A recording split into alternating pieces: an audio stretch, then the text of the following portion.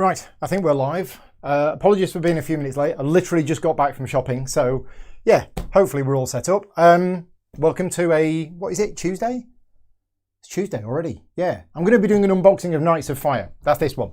The reason why, and let me know if you can hear me and see me okay. David's on holiday in Italy. Shocking. I didn't think you took holidays, David. Anyway, I'm doing an unboxing of this today, but the reason I've got this on screen, and it is a first edition. This is a first edition of Days of Ire with Cloud Island on before it became Mighty Boards. So I think now Mighty Boards are the publishers of this. But the reason why I've got both games on screen is that these two games are connected. Days of Ire Budapest 1956 is the first game in the series. Knights of Fire Battle for Budapest is the second one in the series. Together, they tell the story of the Hungarian Revolution of 1956, which I knew absolutely nothing about.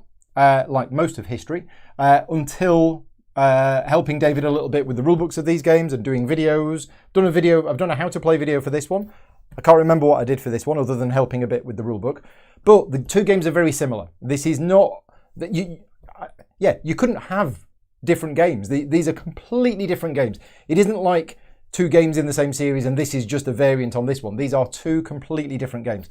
This one tells the story of the first week of the revolution. And this one tells the story of the second week. So anyway, this is an unboxing video for Knights of Fire. So let's move Days of Ire to one side. And yeah, this is...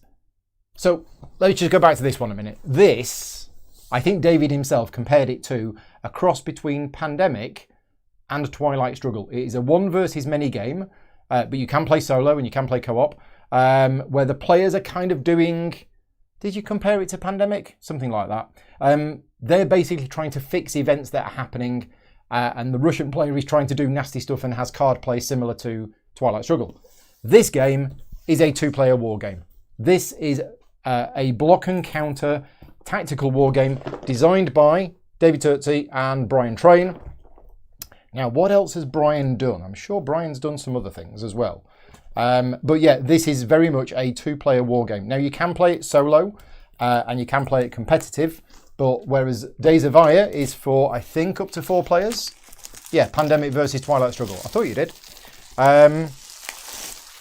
Yeah, this, as you can possibly see from the back there, there's blocks. If you don't like stickering, then send this game to me. I will sticker it and send it back to you, because I like stickering.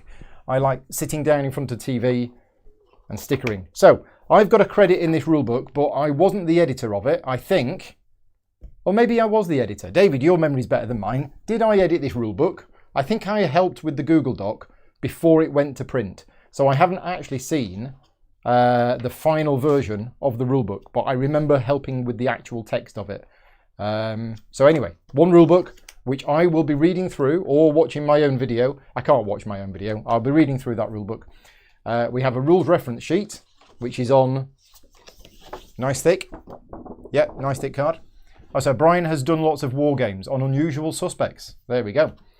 So yeah, we've got the 2 players and there is an advanced game as well, it seems. I don't remember that. Here's the stickers for the counters. We also have a sheet of punchboard. So let's do Paul's punch test. Oh yeah, they're popping out very easily. So yeah, okay, right, that's them. And the board. Let's get the board out. Move these counters to one side. So yeah, basically, after the first week of the revolution, the Russians decided to turn up. It wasn't a pleasant end. Let's put it that way. So we have a board which is going to need reverse bending, because as you can see, that is definitely not sitting flat. But as we've seen from other unboxing videos, I need to be very, very careful with the reverse bending and not get too excited. So I'm going to do that off camera. Yeah, it's already sitting flat with only just a little bit of pressure, so that's not a problem whatsoever. You actually sit, I'm going to have the board like this, but you actually have it that the revolutionary player, I think, is sat at this side, and the Russian player is sat at this side. I think that's how you have it. So yeah, components wise, blocks onto which these stickers will go, and the reason for the blocks is that they stand up. So you will put a sticker on one side of them. Let me just sticker one of them now for you, just to show you how much I like stickering, although I am one of these people that's got to get it exactly right. There you go. And then that will go on the board. No, I think you sit opposite each other, actually. I think you sit like this. I can't quite remember. But yeah, you'll have it on there so that only that player can see what's on that side, and the other player just sees that side of it. Yeah, we've got a dice, which is used for various things. We've got some of these little beads, which track various things. One of them is the day. And then you've got the prestige, which is the Russian prestige. You've got the morale. I can't really remember exactly where these go, but anyway, that's that. Lots of blocks. And then we have some cards. Now, am I going to be able to get in these cards? It doesn't have one of those little things. Yes, live stickering. Who would have thought it would be a thing? There we go, we're in. So yeah, rules-wise, I can't remember how this plays. Is this a little bit Twilight Struggly in the way that this plays? I can't remember. Can't remember. But these are thick cards. I've done a few unboxing videos recently where the cards have been okay. These are more than okay. These are thick cards, and they've got a bit of a linen finish as well. So yeah, these cards are fine. So good, they might not even need sleeving. Shock horror. And the artwork in this game, let me just zoom in, because I want to show you the artwork in this game, because whether the artwork is to your liking or not in terms of the style, one thing that I have noticed is that these pictures are telling a bit of a story in terms of what actually happened. So it's more setting the scene. I don't quite know what they're doing there. It looks like a barrel of oil that they're pouring onto the pavement. Yeah, that's them blowing up a tank, etc., etc. So I quite like, obviously, when you've got games that have got a historical context, to have pictures that are representative of stuff that's going on at the time. I don't know what this person's doing. Again, they're pouring things onto the street. So yeah, if anybody knows what they're doing here or what they're doing here, I assume some research has been done into it. But anyway, they are the different cards that the revolutionary players will play, I think. I think so. Yeah, it's got revolutionaries on the back. And then we've got another deck of cards, which is the Soviet headlines cards. Oh, it's fire. Ah, right, okay. That's what it is. Let me zoom out a bit more.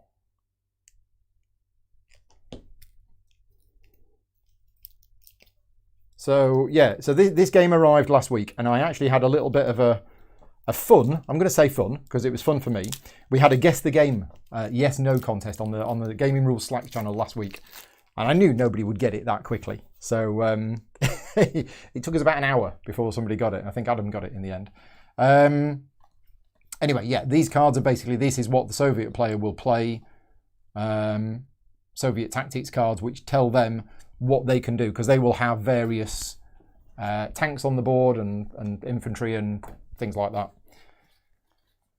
And then we have these, which are Soviet headlines. I can't remember what these are. But anyway, there we go. That is an unboxing of this. Now, that's not just it, because Mighty Boards were very generous, and they've actually sent me Days and Nights. This is an expansion pack that is suitable for both games and allows you, I believe, to combine them together and play a campaign. So I'm gonna put these cards to one side. So pouring oil onto the street to set fire to it. Right, okay.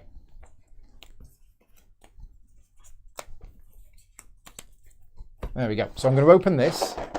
And as it says here, there's 28 miniatures included, compatible with both Days of Ire and Nights of Fire. And there's a campaign module that allows you to play Days of Ire together with Nights of Fire. Now, one thing that I know, well, I've already been asked, is am I going to be doing any playthrough videos of this? I will say yes. I don't have any firm plans, as my list of unplayed games is constantly increasing.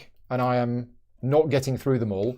But I have been wanting to replay, because I've played Days of Ire once, and I've been wanting to replay it for about 3 years, and never got round to it. And then not having Knights of Fire, now that I have both, I want to play them both. I've wanted to play them both anyway, but it's just a case of fitting it in. So I'm not going to tell you when I'm going to do a playthrough of this. Hopefully this year, but we will see.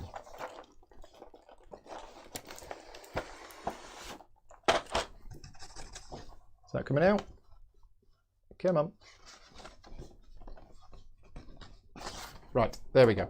So, yeah. Little booklet here with the campaign rules, leader cards, stuff like that. And then, let me get into this.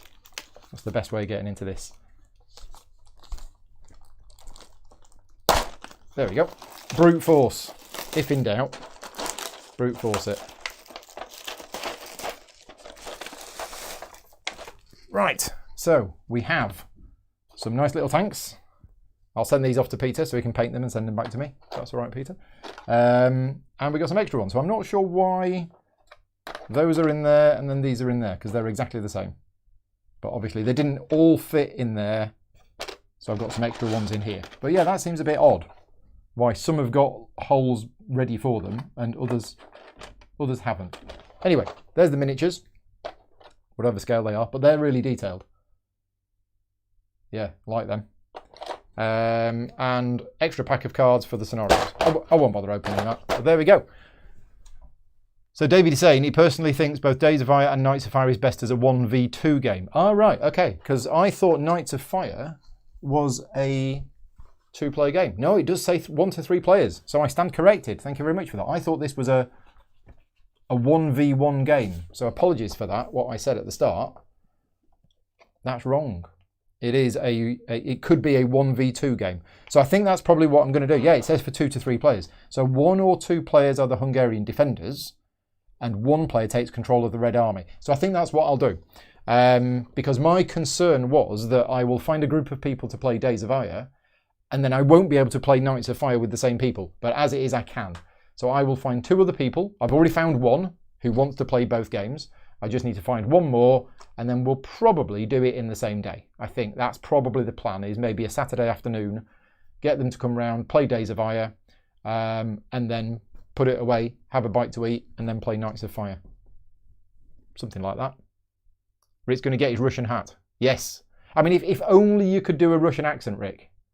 Yeah, it's a shame you can't. It's a shame you can't. But anyway, we're all done. Thank you very much for watching. Thank you very much to all of my Patreon supporters that help fund the channel. If you like the content that I make, obviously please give the video a like, leave me a comment, subscribe to the channel, but consider supporting me on Patreon. I do things other than unboxings. I will be back later in the week with some Arkham Horror playthroughs and some Marvel Champions playthroughs. But yeah, that's everything for now. Thanks very much for watching. Take care. I'll see you next time.